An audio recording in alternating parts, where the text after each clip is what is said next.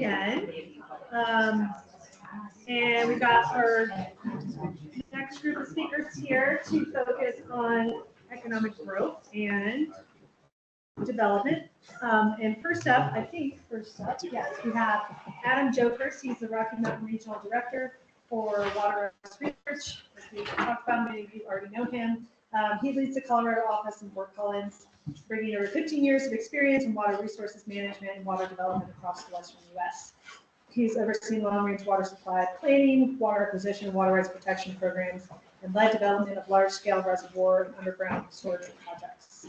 Prior to joining Westwater, he served as the Deputy Director of Water Resources at the City of Greeley, holds a BS in Biological Engineering from University of Arkansas and an MS in Civil Engineering from CSU, and is a licensed professional engineer in Colorado. So thank you for joining us, Adam. And thanks. Unfortunately, our clicker is not functional. That's all right. So you'll have to push the button. Not a problem. Hi, everybody. Hello. Good to see you. It's always a pleasure to do this. I've been coming to these sessions for probably since they first got started. First with the City of Fort Collins. I was an engineer at Fort Collins, and then for the City of Greeley with the Deputy Director, and now I get to talk about water economics and the nexus to our economy with my role here at Water Research. Water Research, we're a consulting firm focusing on the economics and finance of water. And one thing we do is we track transactions of water all across the country. We have a product it's kind of like the Zillow of water, where you can find out how much your neighbor paid for their house, but you can't find out how much pick a town paid for water. It's not typically public information. So we do a lot of original research to be able to track prices. And one thing that does is it gives us really good intelligence into the market, and we're able to spot trends and developments. And today we're going to talk about how water transactions and water pricing in Northern Colorado feeds into our local economy. What's that? It's a bit of a death trap right here. Just be careful. Sorry. I have a 8-year-old and a 5-year-old. My whole house is. Okay. I just don't want an accident to happen. Right. If it's not Legos, So I guess to start, one thing that drives water pricing, the biggest thing that drives water pricing in Colorado is population growth, municipal growth. We are seeing a large-scale reallocation of water from traditionally the agricultural sector to the municipal sector. And we expect that to continue into the future. These are the population estimates from the state demographer for Larimer and Weld County. This is the fastest growing region of the state. Weld County in particular is the fastest growing county in the state and is projected to be that way for really decades to come. We do expect to see slowing growth over time, as a percentage. And the price of, according to the state demographer, the cost of housing and the affordability is what is slowing our population growth more than any other factor. I've heard the state demographer say, we have the jobs, we just don't have the homes, the affordable homes. Housing starts in Colorado, despite a lot of this growth, have largely remained flat. And Pat's probably going to be touching on this, but starting, in 2020, since 2022, 2021, in most of the state, we've seen a decline in new housing starts. So the product is not being built, and water fits into that. Yeah. It's hard to see your slides. Well, I don't have a clicker. I know. Do you want me? Can I move it? Yeah. You can get it. No, this is.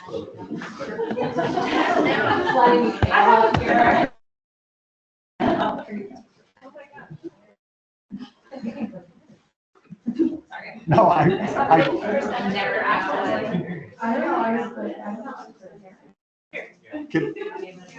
How about this?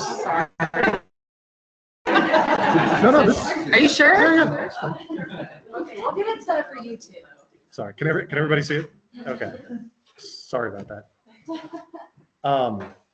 Okay, so where is water being transacted? So this is data on all of the transactions of water all across the state.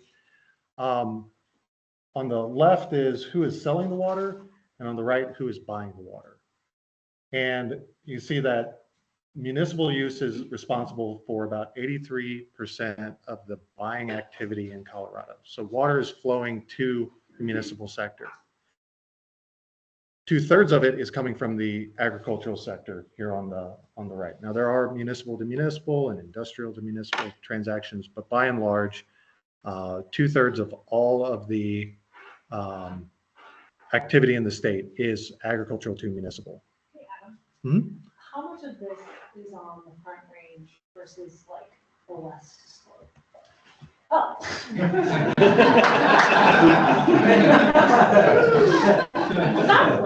Was that feels like a plan. Most of the water is transacted on the Front Range.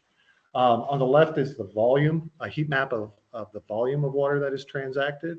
On the right is the value, so the dollar amount of water that is transacted. You can see that the northern Front Range, really from Denver north, is the hotspot for volume. Just a couple other activities. There's a large amount of water that is leased on the west slope, primarily for environmental benefit. Endangered species in the Colorado River need water, and there's a large program to keep water in the river, so that's where you're seeing this. This is a lot of leasing activity and some sale activity from the Arkansas up to Colorado Springs area. But by and large, this is the hotspot. When it comes to value, the northern Front Range, Denver north of Fort Collins is really the hotspot. And it has some of the highest water values in the state or in the country.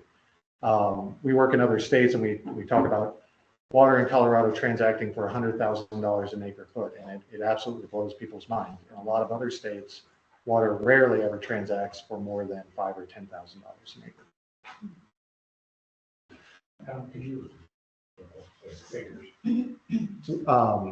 Water in northern Colorado is about benchmark CBT pricing is about $100,000 an acre foot, or it has hit that in the past. In other states like Wyoming, most water is $5,000 to $10,000 an acre foot. You work in California at all? We do. And so, and I think I asked you this question last year too, but like Colorado's water is so expensive because of the population growth pressure, and that doesn't exist in other places? Or like, why? Yeah, I'm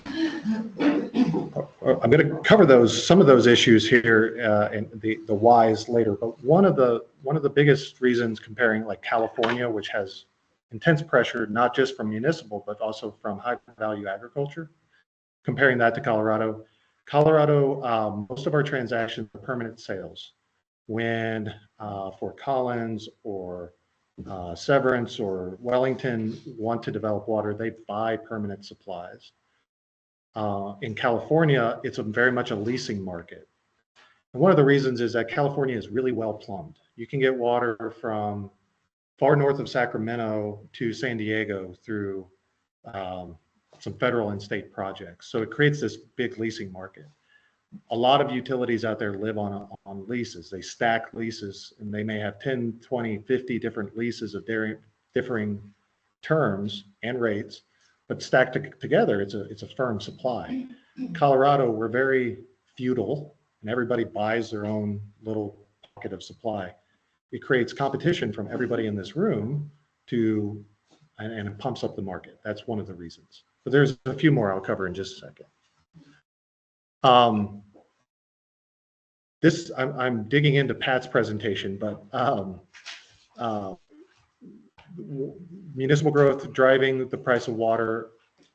How does that come to be? It's because when a home developer wants to build in a municipal service area, they must either pay cash or dedicate water. Most utilities have a policy of that growth pays its own way.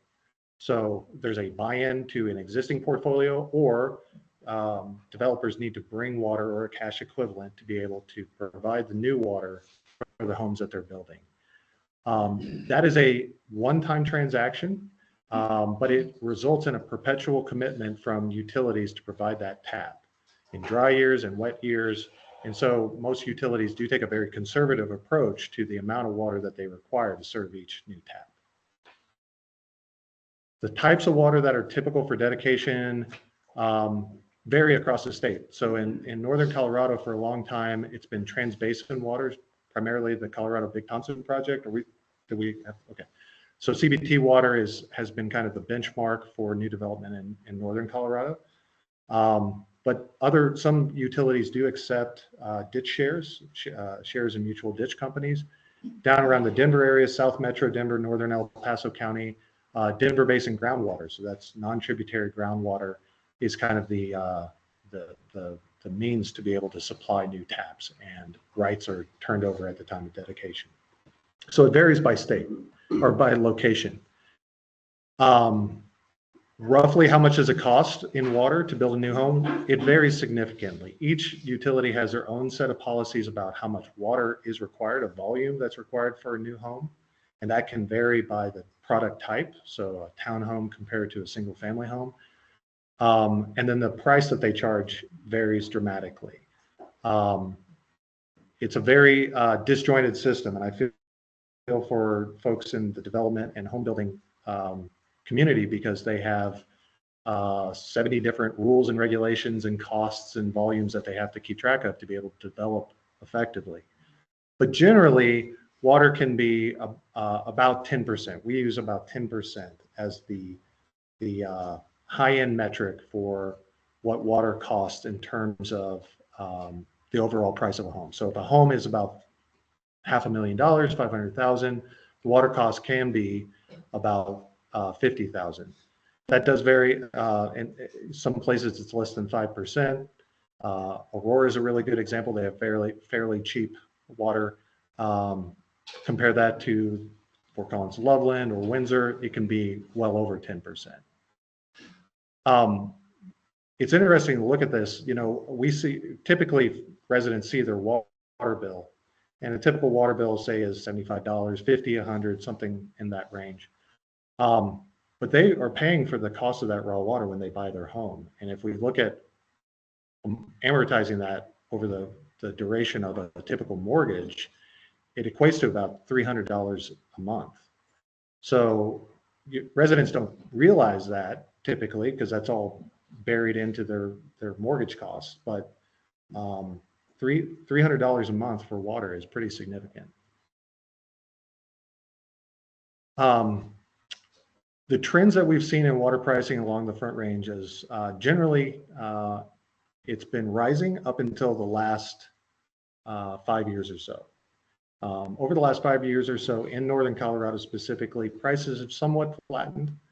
But over long range, we're seeing roughly about a 10% year-over-year growth in the cost of water. That cost is very much locationally dependent and the type of water right that's being transacted. CBT here is shown in blue, and then all the different ditch companies in northern Colorado are shown in green. So you can see there's quite a bit of range. And some of this difference can be explained by is that water used for dedication, for new taps, or is it only used for agriculture? There's quite a bit of different price depending on its use. Municipal acceptance for municipal dedication is the #1 determinant of its value, though. In the red there at the bottom is Denver Basin groundwater. You can see it's extremely low. And in fact, if we take out the impact of inflation, the value of that water has been declining. And so what that says is all water is not created equal. The news likes to paint water as it's always rising, it's way more expensive, and that's not true. It's very much locationally dependent. Some of the factors that are driving this increase in price, again, this all comes back to municipal growth. The CBT has been the water that has fueled growth in northern Colorado, And a lot of that has already been transacted.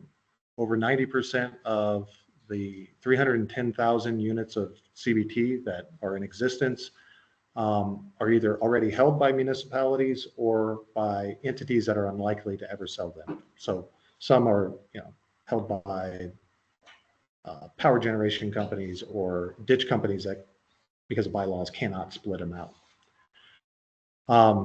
So we estimate there's roughly about 20,000 units of CBT left to transact. And CBT has been transacting roughly about 1,100 units a year on average. So you can see that there's about 20 years left of CBT before that source is gone. And as Economics 101, as supply goes down, price goes up.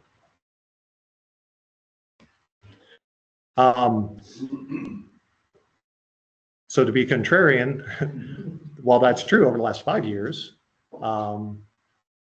price of CBT has largely stayed steady. And in the last year or so, it's actually dropped pretty dramatically. Fall of 22, I think we saw several transactions right around $75,000 a unit. A unit varies in acre volume between a half and 1 acre foot, but about $72,000 to $75,000 a unit. There have been several recent transactions around $50,000. So we've seen a pretty sharp drop off in the price of CBT relative to the historic average. What's causing this is lower development pressure. I'm going to jump back up to that first graph. That trend in lower prices kind of coincides with this drop in new home starts. So fewer developers are buying CBT for dedication.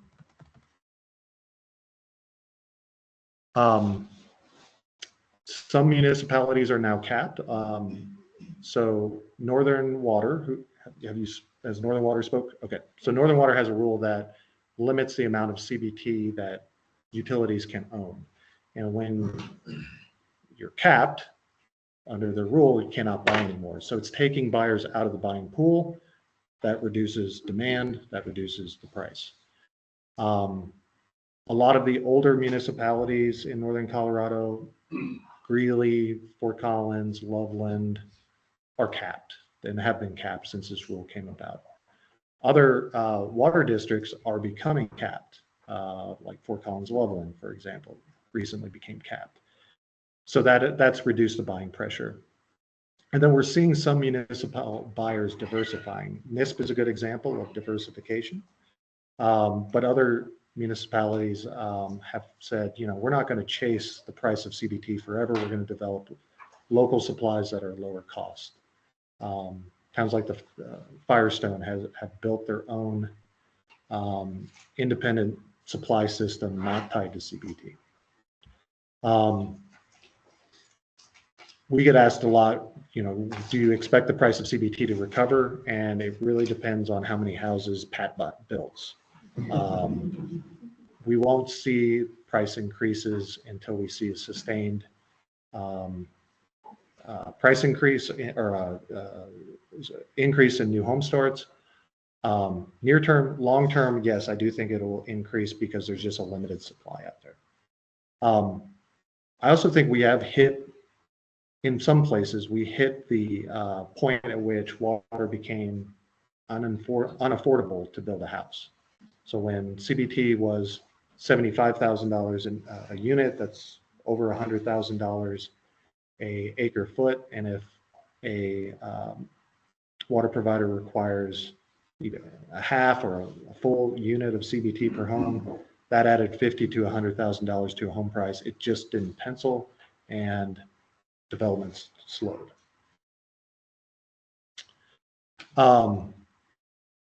Sorry, this is a recycled slide, but last year there was a series of auctions for CBT, and the media went crazy. And we're talking about unprecedented prices and never seen anything like this. It's historic. It's, water is, and one thing that caught my mind is I saw a story that said water is the new gold. And I wanted, and I looked at it and said, let's compare it to gold. And it's not. Don't invest in water, invest in gold. Long term, CBT has done a little bit better than the S&P, but worse than gold. And when you factor in the costs of holding water, you know, there's very low costs besides, say, your brokerage fees of holding different investments, but it's expensive to hold water. There are annual assessments, special assessments, transaction costs. Yeah, stick with the stock market. So to your point about what are some of the other reasons why Colorado is different than other states, one of the biggest reasons is that we're balkanized. There are 71 water providers on the Front Range. Just in Fort Collins, there are 7. If you told that to another state, they'd say you're crazy. That just doesn't exist in other states. And we work with a lot of private clients, and they say that makes no business sense. Why would if this were power, for example, there would be business consolidation, right? There's efficiency and scale. Water does not operate like that. What this does for the market is instead of just a few buyers, there are 71 buyers of water, and you all are competing, and it drives the price up. It increases competition, and it results in haves and have-nots, particularly related to how long a utility has been in business. A lot of the older cities like Fort Collins, Greeley, Loveland, they began developing their portfolios in the 1800s. Newer districts like Fort Collins, Loveland, Elko, North Weld, Central Weld, they didn't come into existence until the 60s. So you have these older cities have a 100-year head start, and the districts are playing catch up and are forced to buy the most expensive water. And that's why you'll see a very big difference in price from one side of the road to the other, depending on what water district you're in. Another factor is the transfer costs. So when water is bought and sold, besides CBT is very easy to transact relatively, and one of the reasons it's very expensive. But most other water rights like ditch shares, they need to be changed through water court for municipal use. And those court costs can easily exceed $1 or $2 million for some more complex cases. This is an old slide. I had 200 to 2 million. I'd probably bump that up to like 500 to 3 million now. And the complexity of water court is steadily getting more complicated. I blame the water attorneys, Melanie. That's no, it's just that precedent builds upon itself in water court, and as these cases get more and more complex, they get more and more costly. The 1882 adjudication of the Poudre River, that determined the water rights for everybody in the Poudre River. It was a seminal case. It was 3 pages long. A recent court case, a change of, I don't even know what this was. A recent change case I pulled out had 286 pages from 2013. Easily can be over 500 pages. And each page count is attorney and engineer time, and it gets expensive. One way of reducing water costs is for the water right owners to direct their engineer and attorney teams to reduce the rigorousness of opposition in water court cases. It only works if everybody does it. Attorneys hate when you throw out that solution. I do want to point out too that there are impacts to agriculture from this that are going to be long lasting. So as water is bought for municipal use, most times it requires a dry up of the irrigation. So irrigation has to cease. That's a condition of water court, of the change case process. Once land is dried up, the economic value of that water is permanently removed from that rural economy. It's removed from that land. That's a permanent impact. And the loss of that income disproportionately affects rural economies because they're so small. I think Northern Colorado needs to think about what the future looks like as we are moving more water out of the rural economy into our urban. I think Denver Metro gets a lot of this blame. They say, Aurora is coming up to Northern Colorado and buying up all the farms.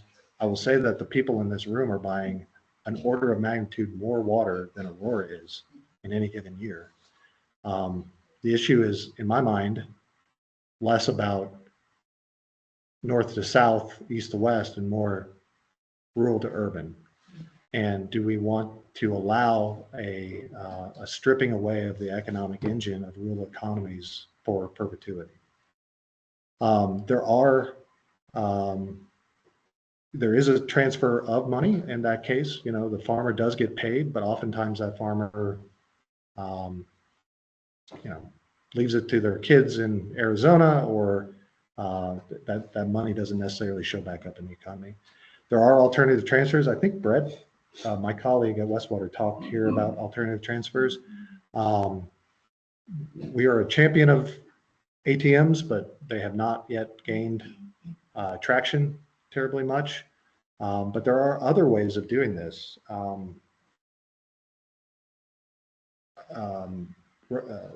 Interruptible supply agreements can be structured in water court if municipalities are willing to take on the added cost and risk of ensuring that happens. Fort Collins did that years ago with a change in some ditch shares. Greeley recently did that with a change of the water supply and storage company, where they allow water to go onto farms but be taken off in times when the municipality needs the water, and back and forth. It just adds complexity and risk. Yeah, those are the key takeaways.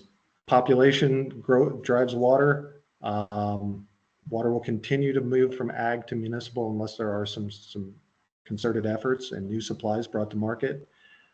These markets are local, and then these have real impacts. So that's all I have. If anybody has questions.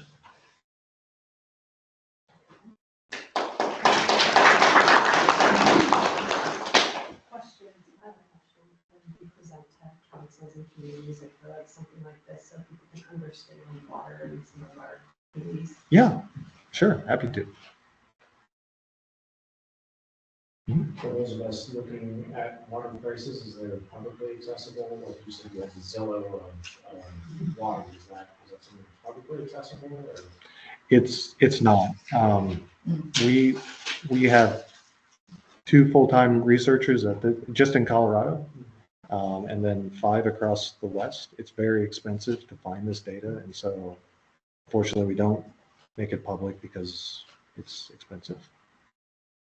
But if you have specific questions, happy to provide. I was wondering if you could talk about some of the factors working against consolidation, some of the or for, maybe. Yeah. Or against. One is water rights. So when I'm going to use Fort Collins as an example. That's just where we are. If Fort Collins, say, wanted to work with Loveland and start sharing water rights, a lot of their decrees are limited just to the city of Fort Collins, and there would need to be a regulatory change through water court to allow that water to be used elsewhere. And that poses a risk, again, because anytime you go to water court, all the opposers come out of the woodwork, and there's a big fight, and it's expensive, and it's a risk. The second is there's a lot of politics, especially at the district level, because special water districts don't have land use authority. They just respond to the growth that a city may be implementing. And because of that, there's historically been some political pushback to any kind of consolidation. That said, I mean, there is there are a lot of examples of cooperation and some consolidation that have occurred over the years. Fort Collins and Fort Collins Loveland Water District is a good example. Greeley and Evans is an example where there's some coordination. And then down in like South Denver Metro, it's much more widespread, partially because there's just no water down there. They're a little bit more desperate than we are. I think a good, strong drought will change the conversation. And so it's a matter of time. Yeah, I'll just chime in real quick. I think some of you heard Pat Mulroy talk about the Southern Nevada Water Supply Authority. But a question was asked of like how they were able to create the authority, because they were, water districts previously, and it was in response to the 2002 drought, I believe. And it was like, we kind of run out of options and it has to be done, so. Right. We shall see. I was just wondering, is there an easy explanation, like when builders come in and they say you have to provide your own water, for the taps, and they come up with a source of water that's not local, what does that process look like? So if it's a ditch company like 3 counties away, but they're like, hey, we secured this water, that's not the actual water that's making it to that municipality. Is it just a payment, like, hey, we're going to transfer the shares of that to you, and then we'll just continue using city water? Is there an easy way to explain that? I've always not been able to wrap my head around, like, bringing that water in from some other place, but it's local water. How are you securing that and saying, here it is, but it's not there? Most utilities have a list of water that they'll accept, a list of ditch companies or other sources. And they've done the hard work in advance to figure out how to get those different sources of water into their water treatment plant. And that's done by exchanges, so trading water on the river. Maybe they have existing infrastructure to convey it. Sometimes developers will secure a new source of water and bring it to the city and say, hey, we want to build homes. We have this water. Can we work with you? In most cases, that's a special agreement between the city and the developer. And it typically involves some kind of payment for infrastructure so that there's assurances that water can be physically delivered. Very rarely will a utility allow new taps if they don't have certainty of how they're going to get that water into their system.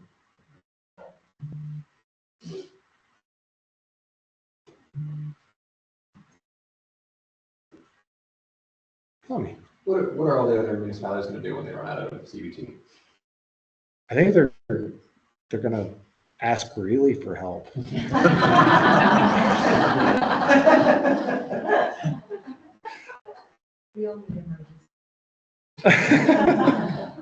We're supposed to be 400,000 people in 50 years, so I don't know about that, but yeah. I think we're seeing it now, right? And there's a conference coming up called Confluence by BizWest, and one of the panels is Life After CBT. What is it? What do we do?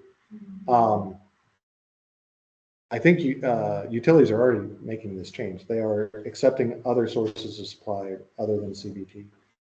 They're building regional projects like NISP. They're looking at Terry Ranch, and there are other options like Terry Ranch that are going to be coming to the market. So we're in that transition right now. I don't think most utilities are not going to wait until there is no CBT on the market before they decide to do something different. It's a 20, 30-year process.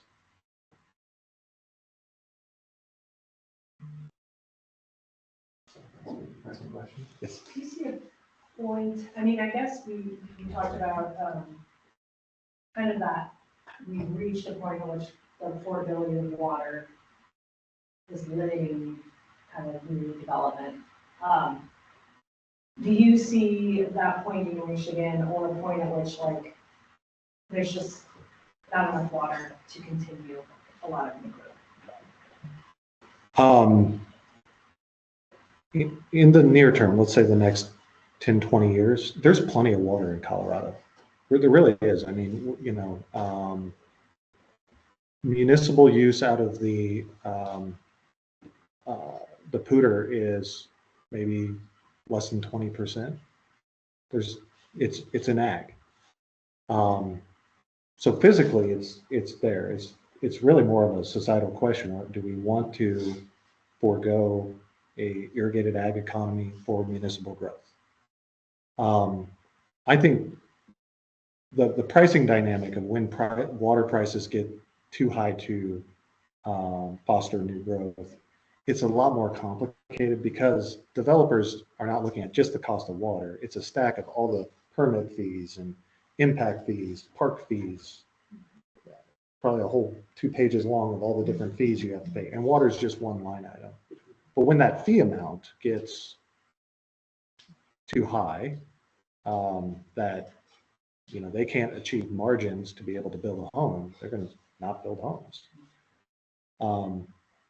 We actually have not been able to pick out and point out that water was actually what has limited new growth. It's part of a bucket of all the different impact fees.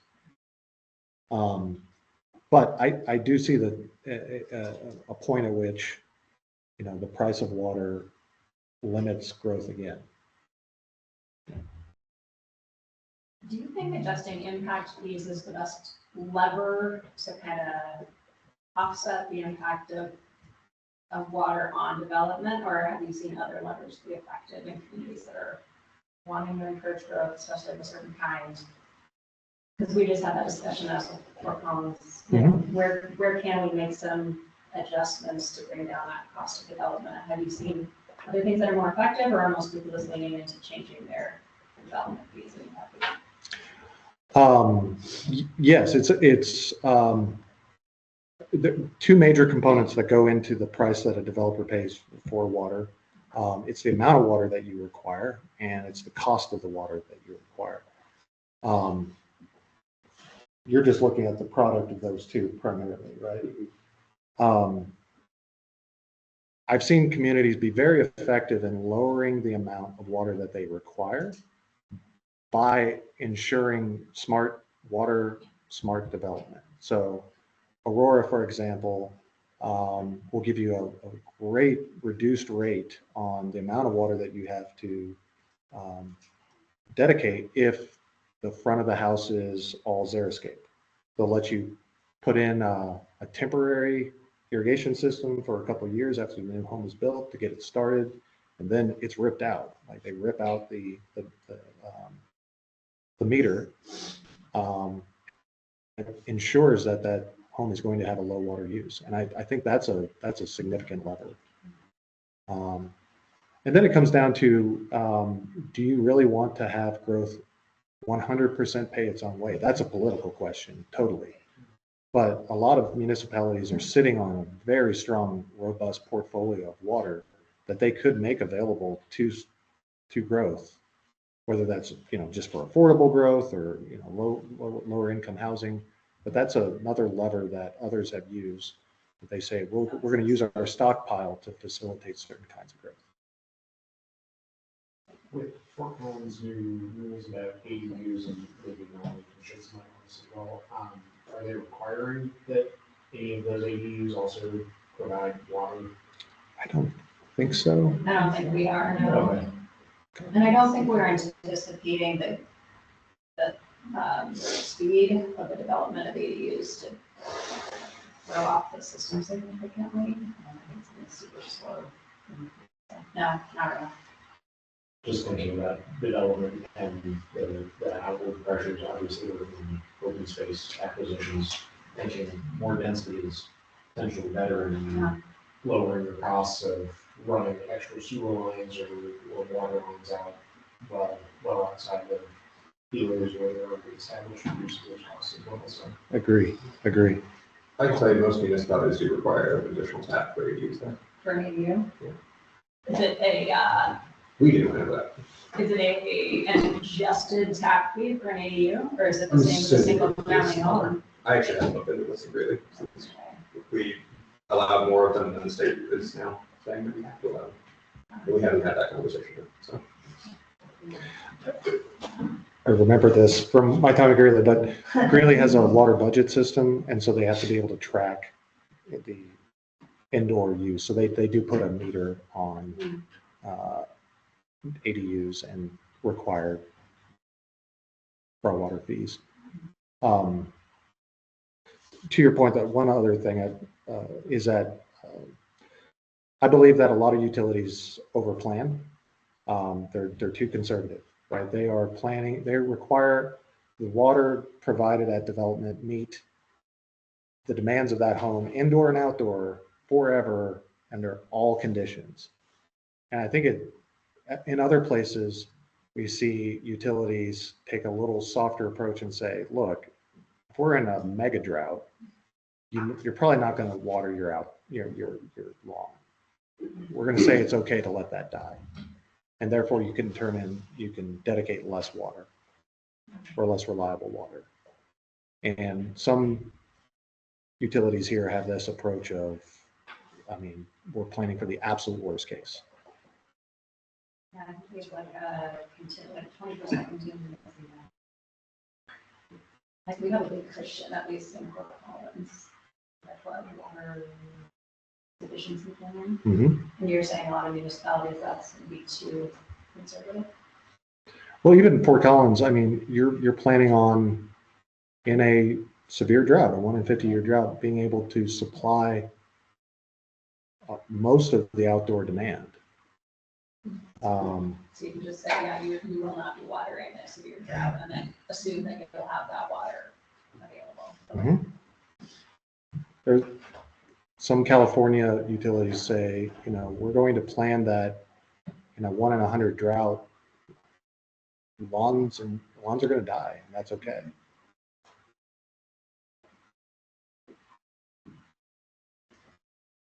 How much does the water infrastructure, this water treatment plant development or treatment plant development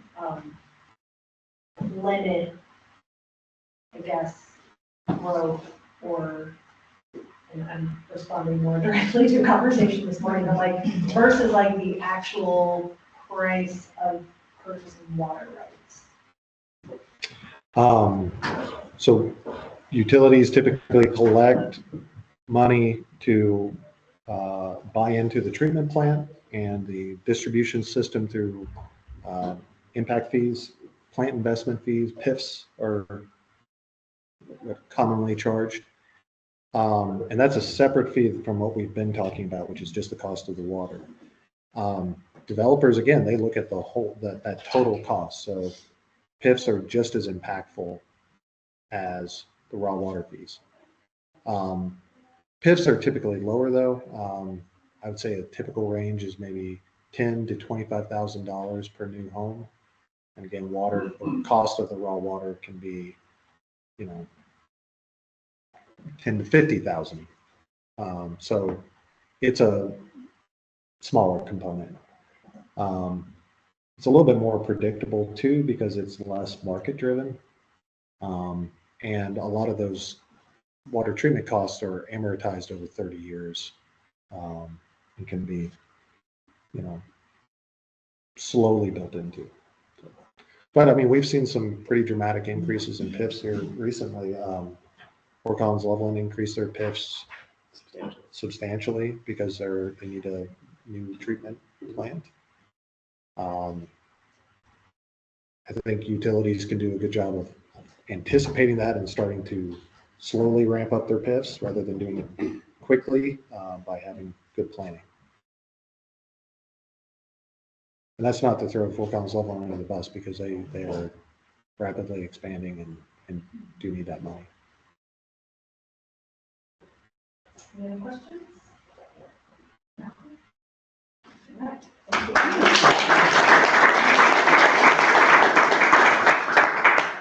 you. Stick around. Yeah. Okay. No questions. All right, well, next up, we have Patrick Beacon, who's the president of Land and Hartford Homes. He's got a long career in real estate, beginning in Windsor, and Pediatric. moved into Water Valley Lake Company as Director of Development. 2012, he was promoted to the CFO of the Water Valley Land I Company. just have to share. 2020, he was promoted to the president of land, now to Hartford, I'm summarizing here. Managing the acquisition and entitlement of new development projects, overseeing horizontal construction, managing the HOA and metro districts of the company, and management of the company's water rights portfolio. In his career, he's entitled roughly 5,000 residential units. He's a graduate of CSU, he worked in health. Do you want to So thank you, Patrick, for Awesome. being here. Thank you, Karen. Thank you, Alex. I was telling Ron when we started this, I think so highly of this class. I was a graduate of the second cohort, and I just think so highly of everything this class does and the group of people it brings together. I've presented at, I think, every one of these since. I don't know what cohort you're on now, Karen. Is it six, seven? Yeah, it's just such an impactful tool for our region because this is such a complicated topic. It is so different, like Adam said, across all of the jurisdictions, and just so important for everybody to kind of understand. So, Sorry, I didn't download it because. oh, that's all right. I know, sorry. That's okay. Sorry, everybody. No. Awesome. Well, I'm going to talk about kind of a decent amount of overlap from Adam's presentation, but I'll probably get more into the nitty gritty of what it takes and some specific numbers that we're seeing out in the market that we're having to navigate. So, all right. So again, what I'm going to talk about today is I'll briefly touch on pricing trends, just like Adam said, but I'm going to really talk about areas that require water to be brought because most of our future growth is in areas that are not cash in lieu, which is the biggest problem from a development perspective to overcome the economics on it. I'll talk about why. I'm going to talk about the process we undergo to find and acquire those assets. We'll just briefly touch on competition because like Adam said, it's everybody in the room fighting against everybody. And then our friends to the south, the changing marketplace. And then Sarah will touch on kind of the effects of this on true capital A affordable housing. So again, Adam shared these charts with me, but this is again, we saw peak pricing, like we said, about 2021 and have started to see that tail off. The interesting dynamic is typically a lot of our cash in lieu policies that we respond to from a pricing perspective react to CBT pricing. We have actually seen an escalation in cash in lieu prices while we've seen this reduction in market prices. So this is home supply. This is a share that works in Johnstown. So everybody who knows Johnstown, this is the Thompson River, right? Again, we saw a peak probably last year in that, Adam, and it's starting to trend back down. And then, whoops, I'm sorry, that was water supply and storage. This is a right we use in the Elko district, so northeast Fort Collins. We saw that peak, and our CT right now is currently a better deal than water supply and storage in the market. And then home supply, again, a leveling in the home supply pricing that pretty well ran up in the 21 era. So again, these are just trends, like Adam said. I'm not sure if this is a long-term picture, but this is what we're seeing as growth is slowing. Housing demand just can't keep up with the pricing. And because, we work on a model of how much can our buyers afford, right? Our buyers cannot afford these unlimited, the increases, the compounding. And so now we're seeing projects hit the wall. So like Adam said, we're seeing demand there, right? We have the jobs, but we cannot deliver a house that people can afford. And so because of that, projects hit the wall, projects do not come to the market. And I think it's going to further exacerbate our home price problem because the people who can afford it will be able to, the people who cannot afford it will not be able to. And so I think these are long-term challenges we'll need to address. But this is something, and I apologize for the eye chart here. And I'm not picking on anybody specifically in this room, so apologies. But like Adam mentioned, these are the current cash in lieu prices of the jurisdictions that provide cash in lieu water. So Loveland is the best deal around right now from a cash in lieu perspective. Fort Collins, Loveland is the worst from a price perspective. Now there is tons more data that goes into this, right? Windsor and Fort Collins, Loveland are participating NISP and trying to put away money for that project. Fort Collins has a giant portfolio of water, but not a lot of growth left in their utility boundary.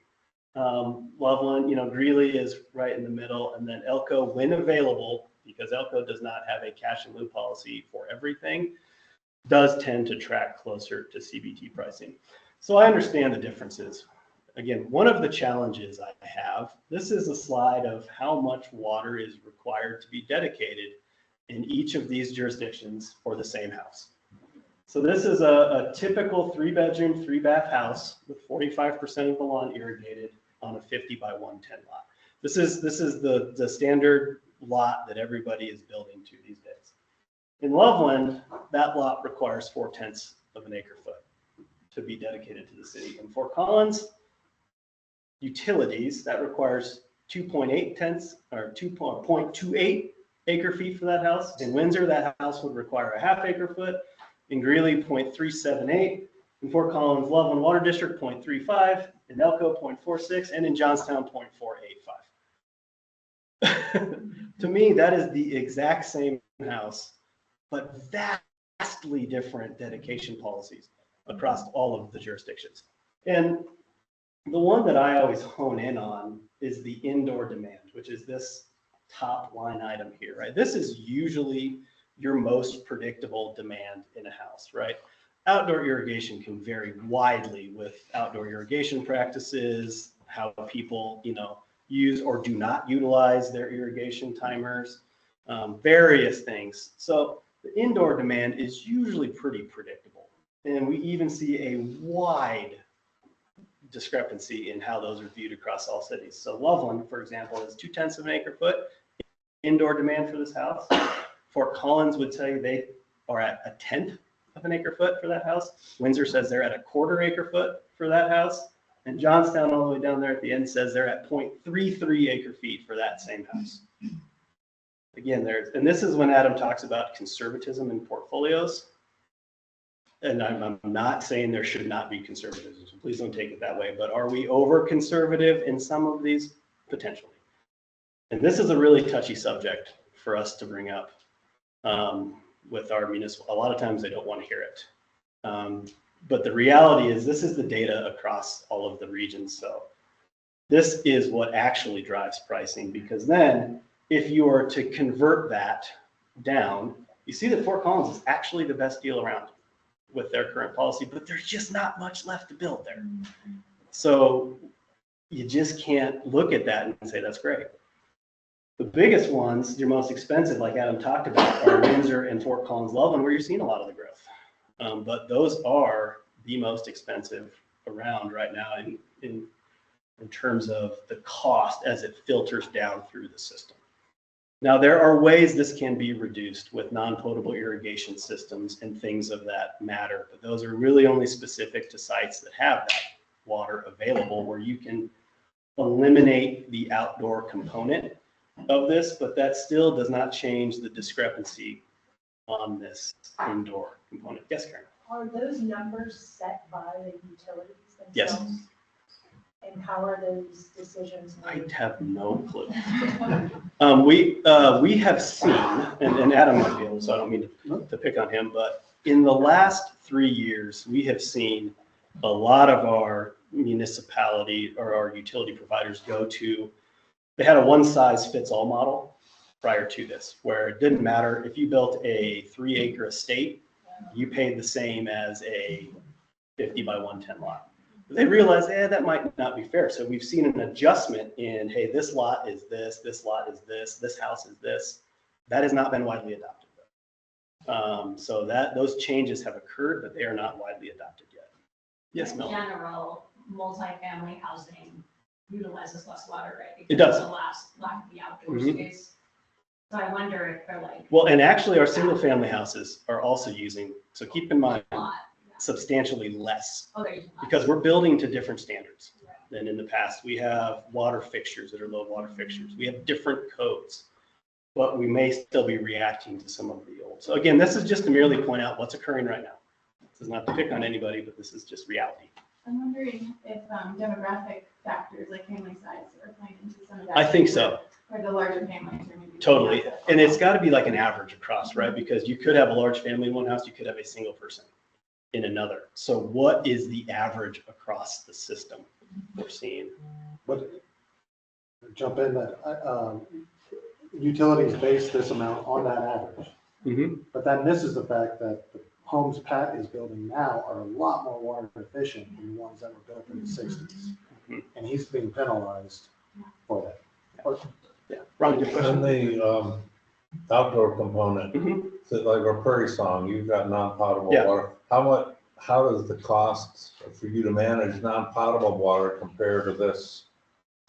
Yeah, so on the building permit side, you delete that 0.25 acre feet. So you would immediately cut that in half. That's more of a 20. But you still have costs to provide. Oh, yeah, we still have non-potable. costs to install the system, provide the water, install the pump stations, maintain that system in perpetuity. So the installation of those systems is about $7,000 to $8,000 a unit now.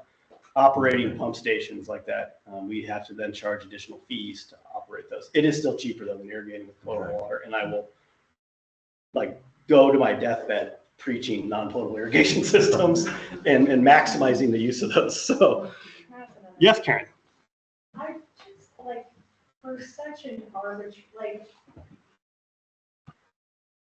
why are there not at least a range at which utilities are being made to have their numbers be within?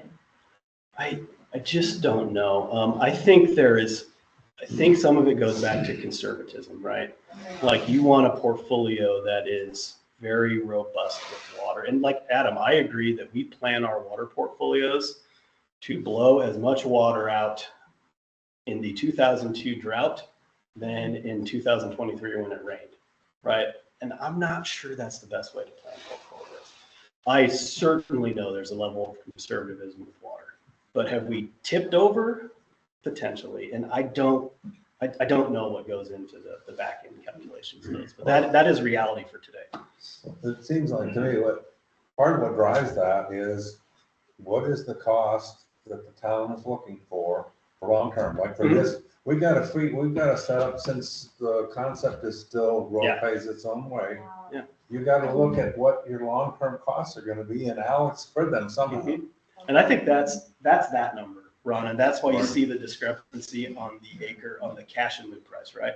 Because Windsor is participating in this, but that is expensive, right? So that's why you see that, but that doesn't translate down to the actual amount of water that house is using, right? You're still getting the same price for your water.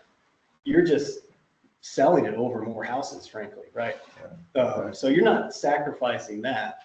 You're saying, how much is that house actually using in water? You can still achieve those goals by aligning that to actual demand. Mm-hmm. So this is northern Colorado. And I briefly blew this out. So this is the Fort Collins Loveland Water Service Districts. This is actually just what Fort Collins Utilities serves right there. So there's just not much left there. Everything outlined in blue is areas that now require what's called wet water dedication for developers to bring water to the table. They cannot buy it from a municipality. And then when I have Windsor highlighted as yellow, is because it's kind of a hybrid policy there in Windsor right now. I know that you have a cash and loop policy, but it's not firm how long it's going to last or how much is there. So that's kind of a risk on the development side. Yeah, exactly. Yes, Melanie. Is Elko in the? Elko starts about right there. So they're in the. Yeah, and Elko is right there. Yeah. Okay, so when we go to find and acquire water, I mean, there's really four things that we need to do. We need to understand our need, right? Indoor, outdoor use. But also, we need to understand what's the outdoor use for our common area. right? A lot of times people look at the numbers I showed and said, that's it, that's only how much water a community needs. That's just not true, because you have to irrigate your common areas, right? And if you're buying that water from the cities, that can be very expensive to irrigate common areas. So you have to factor that into your demand side. Then, like Adam said, you have to understand what shares work within what systems. Different water providers accept different shares for dedication. And this, I think, is a function of if they can treat or not. It's as simple as that, right? And so you have to kind of figure out, and those lists are very available and easy to find. But then you need to familiarize yourself with the nuances of each of the dedication policies at the city, because they all vary widely. There's fees associated with these dedications. Like Adam mentioned, the cost of those change cases that I think that was that a West case or something you were mentioning? We actually pay those. So even though the water district incurs the cost to change those, we as developers will pay those. So those actually then get layered into the cost of acquiring the water. And then what is the timing of the dedication? There are vastly different policies about when does that water need to be dedicated. In Windsor, you can buy it at the building permit tap. In Johnstown, you have to do it when your final plat is filed. In Elko, you can kind of do it whenever you're ready. So there's just policies all over the board. And it's really important to understand that timing, because oftentimes that timing does not line up with your financing. And so if there's any of my lender friends in here, this is where we're always trying to time things out, because these policies do not react to when financing events occur for us. And that creates challenges. So then after you've kind of understood what you're going for and what you're going to deal with, you have to kind of understand the shares you're seeking to buy. Like Adam said, not all shares or not all water rights are equal. Not all shares within the same ditch system are equal. Water supply and storage is notorious for this, and that's a water right we use in Elko. Shares that are on the west are much better than shares that are on the east. Shares that are on the east come with groundwater recharge requirements and all of these things. And so if you see a $4 million share on the east and a $4 million share on the west, they could be very different in the amount of yield or value you can receive from those shares. So it becomes pretty complicated pretty quick. And then, understanding what's the consumptive use, and is that changing over time? Again, not to pick on water supply and storage, but when we started buying that in 2016, we would get 63 acre feet a share of credit at the east at Elko. That is now down to 58 acre feet today. As more water has been pulled out of that ditch, those shares are changing and their value is decreasing from a yield perspective. So understanding that is really important. And then, do you need dry up? Like Adam said, that's very important. That is the policy today. We can all decide if we agree or do not agree with it, but that is the policy today that we react to. There are shares that are out there that do not have dry up with them. There are shares that have dry up, but it's not adequate to meet the needs of today. So understanding all that is really, really important. And then lastly, enter the market and be prepared to move quickly, because buyers or sellers just aren't patient. And a lot of times solving all of this takes a lot of time before you make that big decision. If you're buying ag shares, be prepared to buy the land. As a farmer, you don't want to sell your water and your land. In the past, I think you would see water parting from land more. That's just not the case these days. And so you have to be prepared that you're going to, especially with ag shares, that you're going to be owning a farm in addition to that water. And then what's your disposition strategy for that farm that you've bought? So, everybody want to go buy water now? No questions from Adam. Yes. How much would you say this adds to your cost? A ton. And expertise. This is also, frankly, what keeps most people out of our market. This is extremely difficult for someone from even Denver to come up here and understand. It is so different than even how they work down there, let alone out of the state. We see a lot of people come in, try and deal with this, and then go, whoa, I'm out. So it takes a high level of understanding to navigate, because you can get yourself in trouble pretty quick. Is there a simple explanation for storage rights and how they fit into this? For us, Ron, that's not as big of an issue because most of what we're buying is pretty down the fairway for the cities to get into their systems and treat. Okay. That is important to us when we're doing non-potable irrigation systems. And can we store the water we have with those systems on site? Oftentimes we can't store that in the time needed for the system to operate. So then it becomes an issue, but not as much on the water dedication side. Okay, so I'll just quickly want to touch on what's the actual economics of this look like. So this is our Bloom project. This is on East Mulberry right now. This is in the East Larimer County Water District. So this is not in Fort Collins Utility District. I wish it was. But we had to buy all the water for this project. And so this is 1,800 units on 225 acres, a whole ton of housing product types. Our needs for that, or the demand, so to speak, is we have a non-potable irrigation system up here, right? We have ag shares that used to irrigate this farm that are going to continue to irrigate it. So our demand on the housing side is less. It's at 0.22 acre feet because we have a ton of density out here. This is a pretty tight product, a lot of multifamily.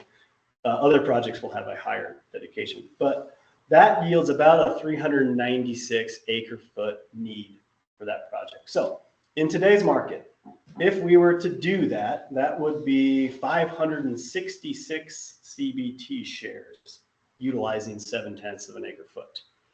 At $60,000 a unit, that is $34 million for the water for that project for 151,000 acres versus the $44,000 an acre the real estate costs. So the water is 3.5 times, just under 3.5 times more than the price of the land. So as a developer, the decision you have to make is, am I going to go buy all my water before I start this project? Because if you don't, you run the risk of not having water for your project. But the economics of layering a $34 million water acquisition, a $12 million land acquisition, $40 million of phase one infrastructure. I don't know if I have any bankers in here, but that does not work, right? You cannot layer all of those costs on phase one of a project. So this is where not having cash in lieu is extremely problematic for developments. And I think this is why you're seeing the northeast part of Fort Collins struggle and will continue to struggle as prices remain in these territories. This is that same example utilizing a water supply and storage or an ag share asset. So again, slightly cheaper than CBT, but not much. Because here you're buying 7 shares of whisk. I don't even know if that's in the market right now. No. And the ag ground, 7,000 acres. Again, so that is another 33 million. This is the challenge with cash in lieu districts. This is the challenge. This is why you're seeing growth slowing. This is why you're seeing costs rising. This is just our biggest problem to overcome. So we have the money, not so fast, like Adam mentioned. We are dwindling in these supplies of predictable change shares. But the thing like Adam mentioned is where I think this push pressure long term is there is still a number of ag-based irrigation systems in northern Colorado that likely could be targets for cities, municipals to run a change case on. They're out there because right now they are serving 90% of their users as ag.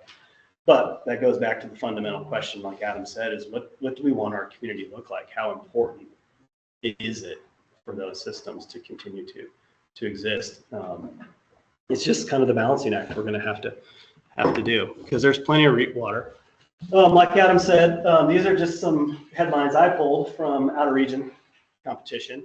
So obviously this was, everybody knows about Thornton. What you don't know about is probably Arapahoe County. That's a picture of their 2015 municipal supply plan. You can see they have a number of, if you can't see this, ownership in the Lake Canal, Reservoir, Larimer and Weld, New Cache, Cache Cooter Water Supply and Storage. Those are all northern Colorado ditch companies. And then I layered in Brad Wynn wrote an op-ed in the Biz West here in January about extracting water supplies from remote rural communities and the long-term impacts of that. So it is real. That people are after the water in this area. So with that, I'll turn it over to Sarah to talk about how she has to navigate all this on the true affordable housing side. And then we can do questions after we go, if there's any. Yeah. Right, well, Sarah, Coates House. It's actually Coates, but I'll take any pronunciation. It's okay. Yeah. Sarah's been working with the construction industry for 24 years, primarily in commercial construction with roles in pre-construction and project management. 10 years ago, Sarah worked with Fort Collins Habitat for Humanity on the Harmony Cottages development. More recently, 2 years ago, Sarah joined the Habitat team as the Chief Operating Officer. Thank you for being with us today. Oh, thanks.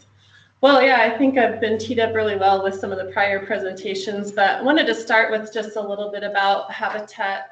For those of you who may have some familiarity or may not, but just want to take a little turn really quick to help you understand who we are and what we do. So Fort Collins Habitat for Humanity is one of about 25 different Habitat affiliates in the state. There's thousands across the country and hundreds internationally. We all operate roughly on a similar model, which is we provide home ownership opportunities to people in the community. We build and then we sell the homes so that there's home ownership like any other traditional home ownership. The way we do this is by setting our sale price based on what a buyer can afford. And I'll get into that a little bit more here in just a minute.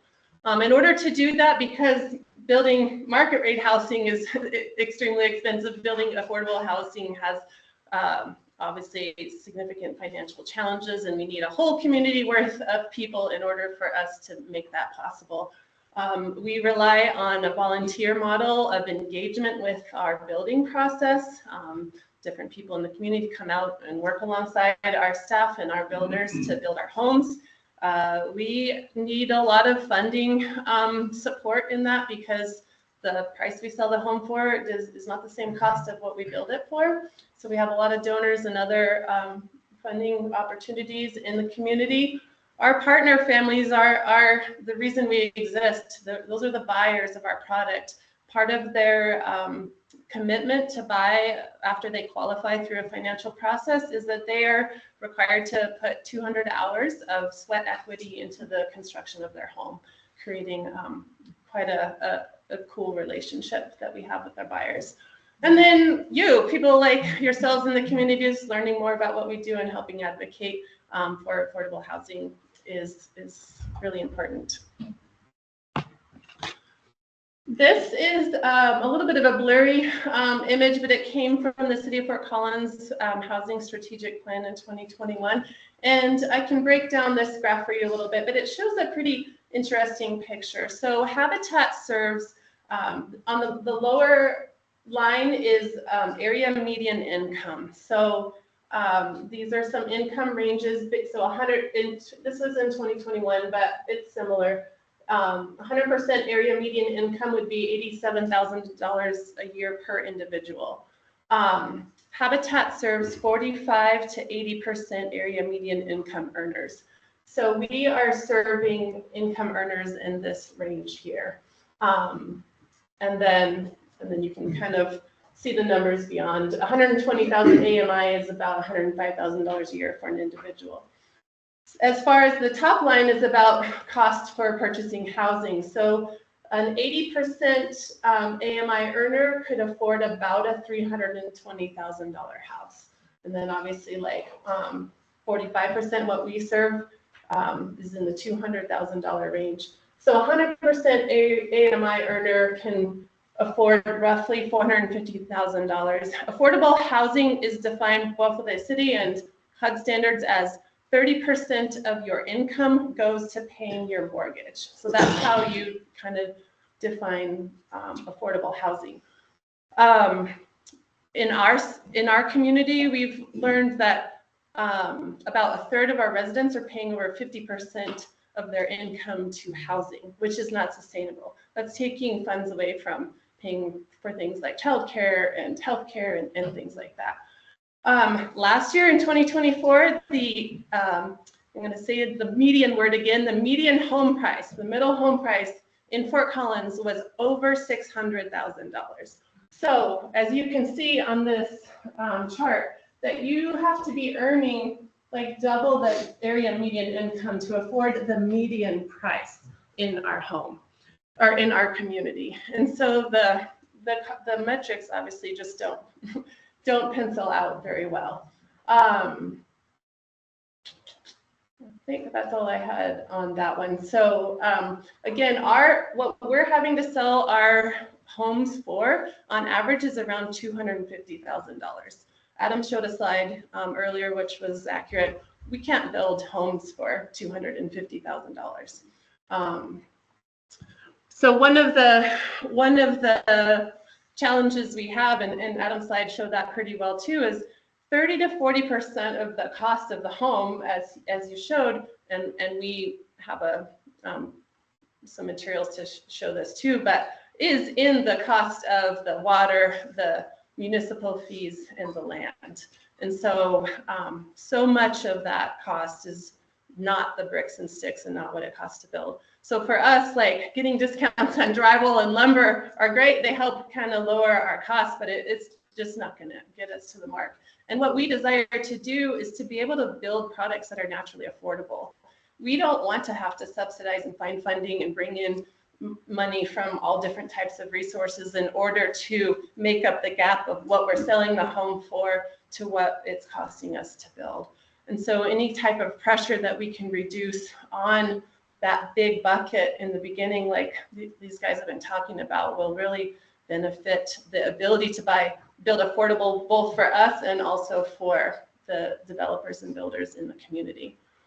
One thing that one of the partnerships we didn't identify earlier, but is incredible, is Hartford Homes in particular has really done an amazing job of partnering with us, Fort Collins Habitat, in helping provide some housing solutions and development solutions and creativity in order to both find some products that can serve our buyers in the 45 to 80, but there's a huge demand for buyers in this, they call it the missing middle, 80 to 100% AMI buyers. That is kind of like that starter home product. That demand is still so high. Any of you that have kids that are graduating college, I'm sure you feel totally lost with how are your kids going to get into home ownership in their first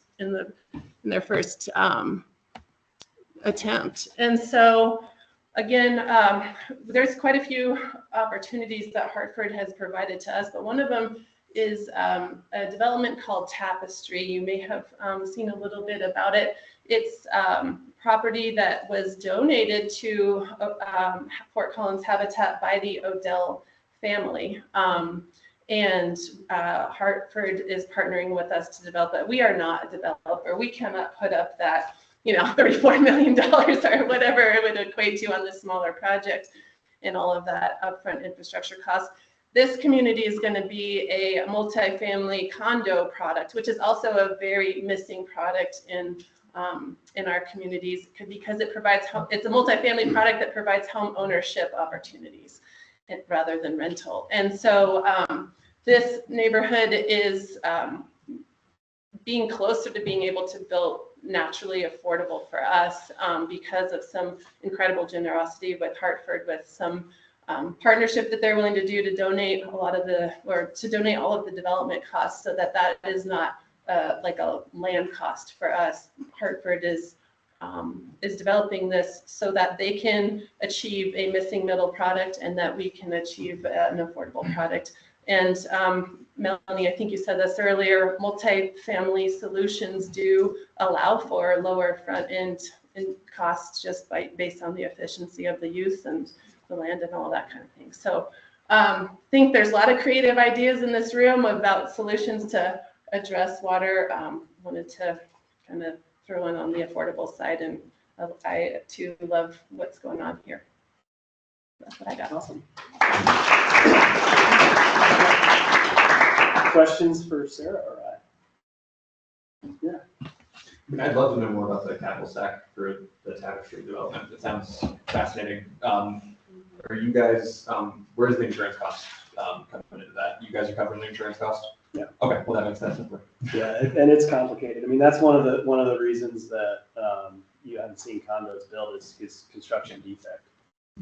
And that is, I don't know, that's another soapbox I could get on if you ever wanted to, but that's a challenging, the construction defect laws right now essentially allow for plaintiffs' attorneys to run wild and I don't think truly impact the homeowners. It's affected the condo But what it has done product. is it's eliminated the development of construction of condominiums because the risk is too high for developers because of now I know there's legislation being floated at the state to bring that back under control, but the last 2 years it has not been successful in getting through. So Patrick, is that still 3 times damages?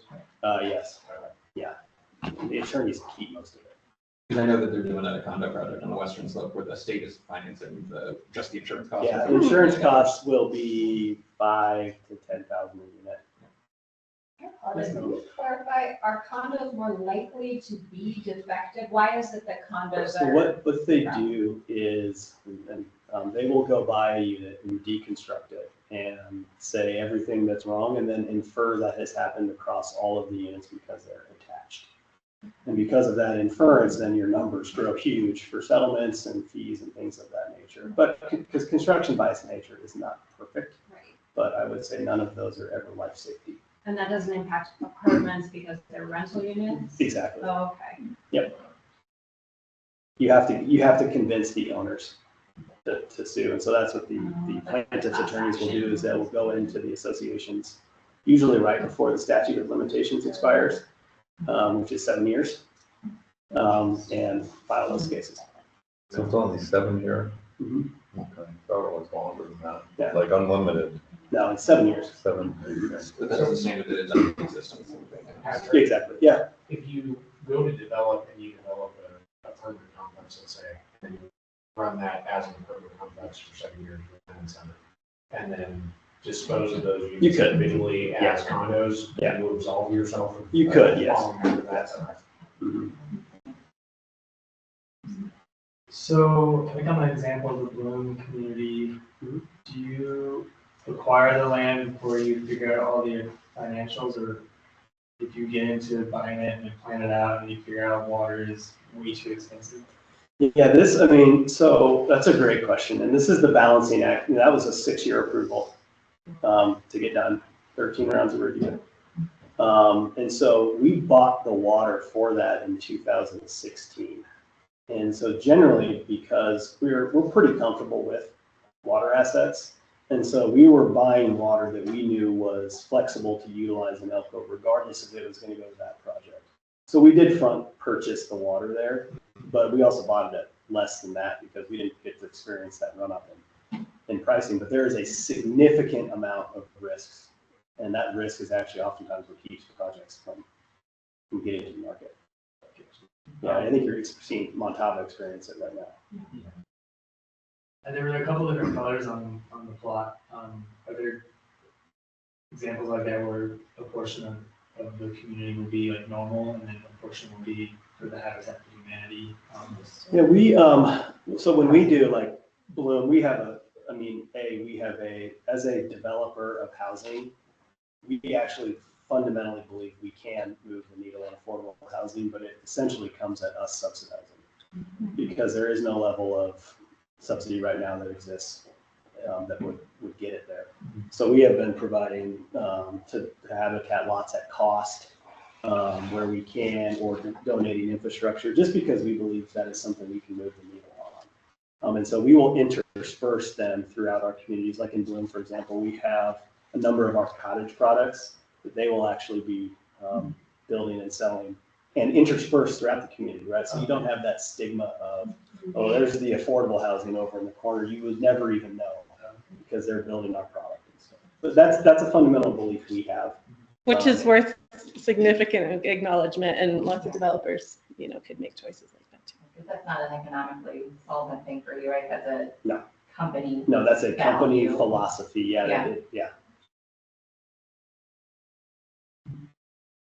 Are there, I know there's a YIGBY law or a YIGBY piece of legislation moving through, and I think Fort Collins already has some free advantageous for churches to donate land, but my understanding is some of the surrounding communities are less permissive code-wise. Do you guys foresee that being helpful for affordable housing? I think so, but I don't have a sense of how much land is really available in those scenarios. So, I mean, yeah, I think it could be helpful, but it's probably not going to move the needle dramatically. There's a lot of underutilized land assets, Melanie, but the challenge always becomes in the entitlement process, right? Of when those things go in for public approvals, everybody loves housing until it's close to them, and then nobody loves housing. And that's a fundamental, I think that we have to get over at some point. I firmly believe we are moving into a housing crisis that will have long-term negative impacts to our communities. That came up for tax year, right? We did. You pushed back? Yeah, a significant amount. And again, I understand that, that things are changing, right? When you've been looking at a field forever and all of a sudden something new, I understand the fear that creates. But oftentimes we also don't see those fears ever materialize after the project is built. My favorite one was, you're taking away my view of the mountains. And again, I want to be sensitive to that because I do understand that change is scary, change is different, but we are going to have to get over that if we want to really truly move the needle on housing. Sorry, I'm like dumb again. As a developer, are you seeing a growing demand for other kinds of units? Because I think one of the arguments when we try to develop more affordable housing is nobody wants to live in a townhome, nobody wants to live in a condo. My impression is that generationally, more and more people do want to live in those kinds of units. Are you noticing, which of those is accurate? Yeah, well, here's an interesting stat I saw that the group's forecast, and this was interesting to me. The average age of a first-time home buyer is now 38 and a half years old. 38 and a half. I bought my first townhome at 28.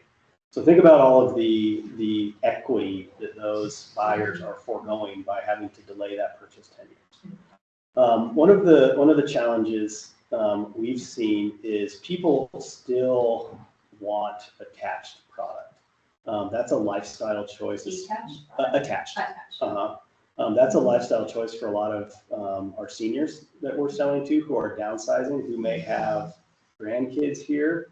The challenge we run into that is construction defect first and foremost, but second, HOA dues.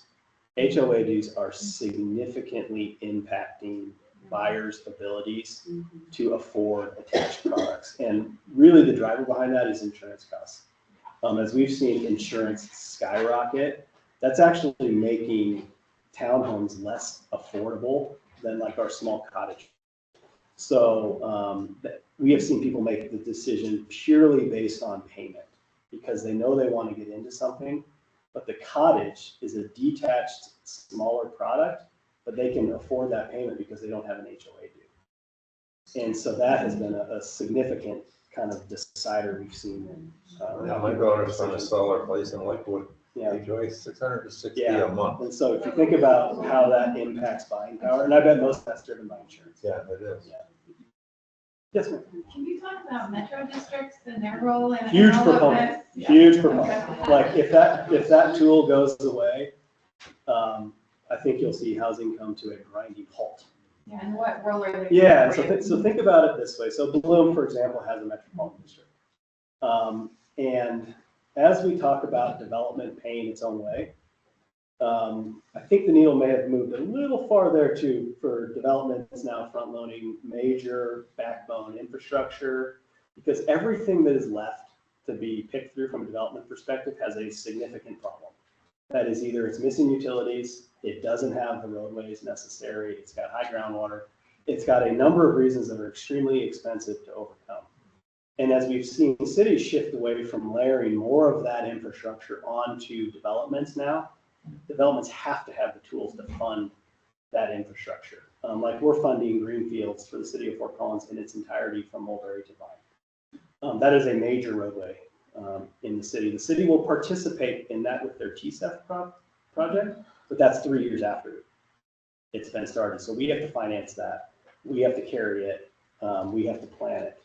And so metro districts, I will never sit here and say they will make things cheaper. But what they do is they function as a mortgage, right? Think about it this way. No, most people don't buy a house with cash because they don't have $500,000 laying around. It's the exact same situation in the metropolitan district. Yes, there is a tax out there, but that tax, by having that tax, the district can issue bonds and pay for that improvements, thus reducing the cost of that lot, right? So yeah, you're paying more on your property taxes, but it reduces that lot cost because that lot would have had to cost 2x, 3x the time because of the amount of infrastructure that is being asked to overcome. We are also utilizing our metro districts in place of HOAs now. They can function very well the same.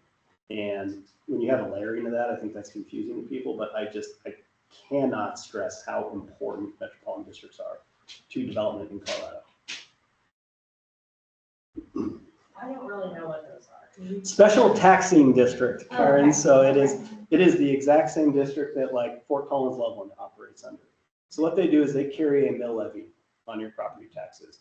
And that mill levy creates a revenue stream that the district can go issue bonds to fund infrastructure.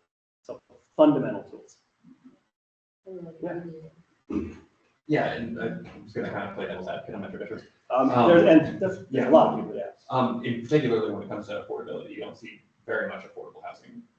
It's certainly not naturally occurring, but it's also difficult to even shoehorn it in a lot of cases. We've got one. That's interesting. Do you guys send them from a portion of the metro district to make that work, or just? Okay, that's interesting. Yeah, because and my counter was that without it, you wouldn't even get to development. Right. I mean, yeah, if Taylor didn't exist, we would need metro districts, but yeah. Yeah, because And we factor that, so the way, just if you're curious, like that's not a layered onto their mortgage. Our mortgage is set with those factors in mind so that it accounts for mortgage, insurance, and taxes. So that 30% will include that. Sorry, I'm not familiar with Tapestry. Where is that located? Odell Brewery. So if you know, That the property right by- yeah, you know the big mound. Yeah. Yeah, that's that property. That mound is 135,000 yards of beat cannons. We know it Yeah. intimately, don't we? So that actually will come down. How many units? 140. And 30 of them will be capital and affordable for. That feels like a small property. 7 acres. Is it? Yeah. People on wait list for those? We don't really operate on a wait list, so we don't turn away applicants. We just had an application cycle open, and we aren't quite ready. Those will not really be ready until 2027, so we aren't really placing people in those units yet. Yeah, so we're in our final rounds of review with the city. Looks like we will start infrastructure out there maybe sometime this summer. And then we have 6 to 8 months worth of infrastructure. So I would anticipate the first buildings go up 1st of 26, and they're pretty big buildings. Sorry, one more question for Habitat for Humanity. What does your funding look like? Do you get federal funding? So the director of Habitat, Kristen Candela, who's in Washington, D.C. right now on a planned Habitat conference, talks about it as the cat in the hat capital stack. I mean, we have funding from many, many sources in order to make it work. It includes, local, county, state, federal, plus a ton of local philanthropy. What percentage would you say is coming from federal sources? Those are a little more tenuous, It varies, but it's pretty small. We had a big federal source to purchase some land, so that was really helpful for us recently. But I think it's less than 10% of our funding sources right now. Yeah. That's for Fort Collins habitat. I'm not speaking for other habitats.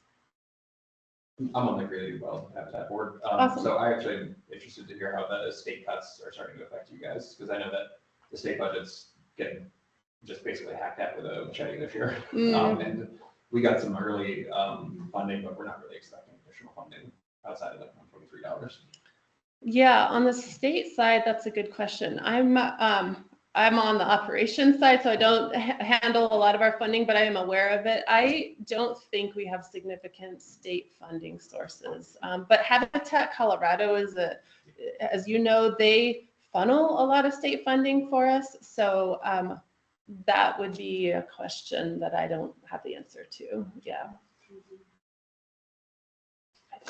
You guys working with any CLT models or anything like that too? CLT. No, community land trust. Oh, we are not. But their Elevations Community Land Trust is a local affordable housing builder that is doing that. Yeah, we just implemented a 90-year deed restriction, so long-term affordability plan within our community, which will really help with long-term affordability. We went from no deed restrictions whatsoever to now community land trust. Okay, yeah. There's different ways to do it for sure. Lots of different approaches. Any other questions? Just for what it's worth, I would like you to knock on the door of the church on the corner of Drake and Taft. Drake and Taft. Okay. It's like Baptist. Okay. Be like, hey, this expanse of like bluegrass that nobody uses for anything. We probably know them. We have a pretty wide network of faith partnerships in the community, so we'll look into that and for some water conservation concepts too, and housing. Yeah. Yeah. Yeah. When you acquire farmland, where are you looking? Is it just anywhere, or do you have areas that you're focused on? For development or for water? Well, for when you acquire water rights, you're saying you have to dispose of. Yeah, we're usually, and I'd say it's less concerned about the location of the farm, more concerned about how good of consumptive use it has and records it has for the water rights that we're purchasing and where they're at on the system. Because that has a higher impact on what those water rights would yield than probably the farm value to us itself. We don't place a lot of value in the real property there because most of it is in water. Yeah. So location is not as big of a concern for us. Shameless plug, but reach out to folks like myself or the Fort Collins or Lamar County and my conservation, because there may be some interest in those properties. Yeah. Love that. On your point, I think that's another reason to plug going to cash and lieu versus dedication. Not only does it decrease competition, which will bring down the price, but it can be organized in a more efficient way to preserve whatever land values you're targeting. It's infinitely better for us to pay cities, right, than to go into the market, compete with them on water, buy it, and then just give it to them free of charge. I would rather pay Windsor, I would rather pay Fort Collins, Loveland, their fees, because we don't have to carry it on the financing. So that helps on our infrastructure, our overall project financing. We can pay a little bit more. Candidly, I'll just say that we can pay more when it's at a cash and lieu basis than we can if we have to go acquire it, carry it for long periods of time. And the cities are much better positioned to do water planning than we are, right? And without that revenue tool created by cash and lieu, they get pretty limited. So like I said, I could plug cash and lieu, I will plug it and try and just say, please do it if you can. How seriously have you considered trying to petition getting into city water service district, or is that even feasible? Well, like Adam said, there is a number of decree issues that start to occur there. I think there's a lot of opportunity in that, frankly, for especially a city of Fort Collins, who has a large portfolio who might need to fund things like Halligan and doesn't have a great big buying pool in front of them because they're already built out, but that's hard. I have heard Yeah. from sources. That may or may not have been an idea, Melanie. But I've also heard that there is a complicating factor Yeah. of, you know, bringing other people into the Fort Collins Yeah. utility district, because I know that we're highly sought after, but all of the projections for our water adequacy and things are based on our projected growth and population within our boundaries. And so I think it's more complicated because they have like decades of data saying like, this is how much water we think we're gonna need, this is what our build out capacity is, this is what our eventual population would be. And so my understanding is even beyond the legalities, that all of the planning within that utility has been done based on their current situation. Is that accurate? Well, I think, like Adam mentioned, I think you look at the population trends. And you say, is that study still realistic based on what we're experiencing now? Because without a dramatic drop in housing prices, which I don't foresee, by the way, I think we're going to continue to lose population. Yeah. And so are those projections that were done still realistic? Again, I think that's what would be interesting. And I think too, every time, again, this is personal opinion, but those are done, they look at every piece of available vacant real estate in the city and say it's going to build out to its maximum. What they don't take into account is a lot of geographic, maybe there's high groundwater, maybe there's super expansive soils, maybe there's a significant amount of infrastructure necessary to build that piece of property. That I think there's more limiting factors than just everything will build out to the max. Right. So do you think you'd be looking at some redevelopment opportunities versus new construction? You know, doing like. Redevelopment gets even more expensive yeah. if you can't get density. And that's like we were talking about, I think there's a lot of underutilized land. But those are really difficult to, like, if you've got a park or a church that, or a golf course, right, that people have been looking at for years, but you could get 200 houses. That doesn't, people don't like that. I was gonna say, we tried to rezone for density for that purpose, and it went over. Yeah, and so absent that change in thought process, which I think it's very difficult to change, frankly. I think it's going to be hard. Adam, can you speak to the Wingfoot credits of Cherry Ranch and how those play into development fees for Greeley? Yeah, I mean, those. Well, you go Adam. Oh yeah, I know them because I get pitched them all the time. Yeah, I get pitched them all the time. Everything because everything we have is federal satisfied in the past. I think it's a great deal.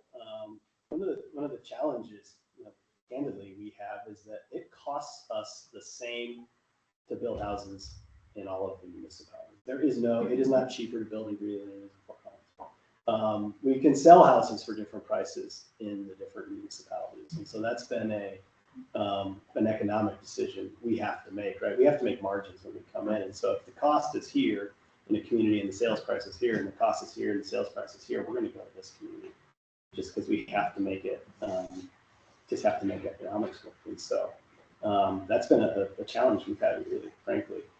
But buying those credits would help that. But right now, I think they're only priced as a 5% discount from Greeley's cash and loan market. So is there that much difference in pursuing those credits as opposed to just in general? They trade at a discount to the cash and loan. Yeah.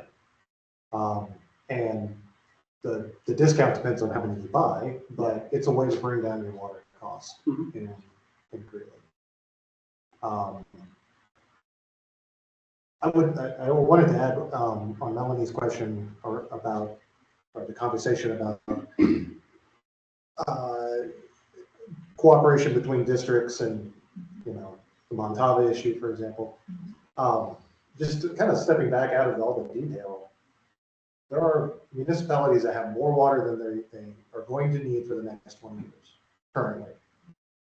There are municipalities that have way more water treatment capacity than they need that is sitting idle. And then the neighbor right across the street doesn't have enough water and doesn't have enough treatment capacity. And just taking all the politics aside, it's a really inefficient system. And there are ways, like it's really complicated with water court, politics, no growthers and pro growthers, but there is a way to share water across these boundaries. I don't think there has been a push yet. It hasn't gotten bad enough to like sponsor it. And I don't know if it's like when building stops or when the drought gets really bad, that we'll actually pick it up and look at it. But those opportunities are real and they're there.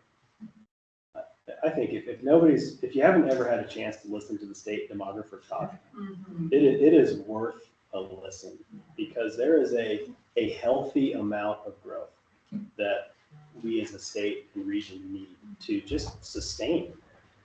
And I really worry about if we don't truly attempt to move the needle on housing, that some of the fears that she talks about of declining populations will be realized for us in these areas. And so if you haven't had a chance, listen to the state demographer. It's worth an hour and a half of your time.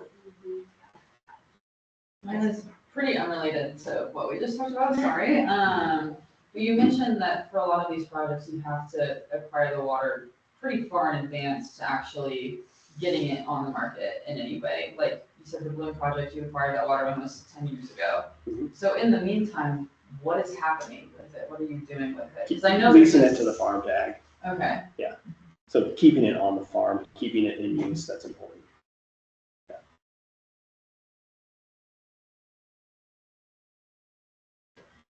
Any other questions? Okay, well, let's thank our.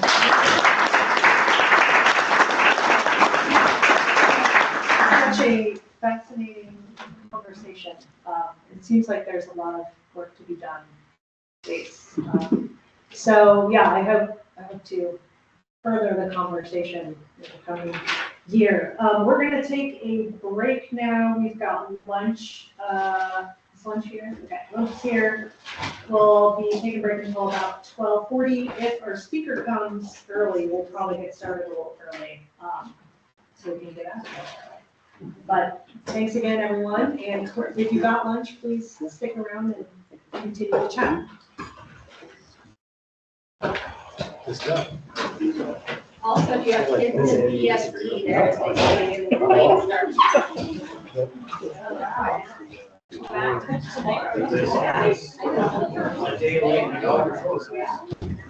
Common sense spell. Yeah. Thank you. It's in your power to fix this. Yeah. Yeah. I'm beginning to wonder if this is a Hey, solvable how are you? I'm well. or if Good it's, job. I worry about that.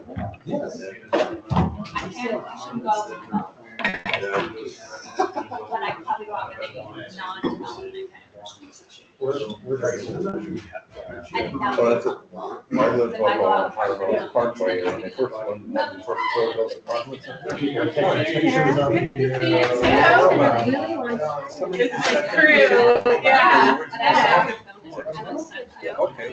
Want to sell your house? Is there one agricultural? Yeah, so, really, I'm sure he breaks out. And he told me they could call it independent. Yeah. Yeah, I don't think one's ever there yet, we're starting. To me, the biggest thing we could do.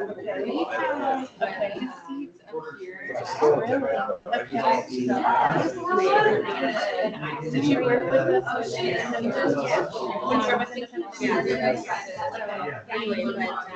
Okay, great. Okay. Library. Interesting.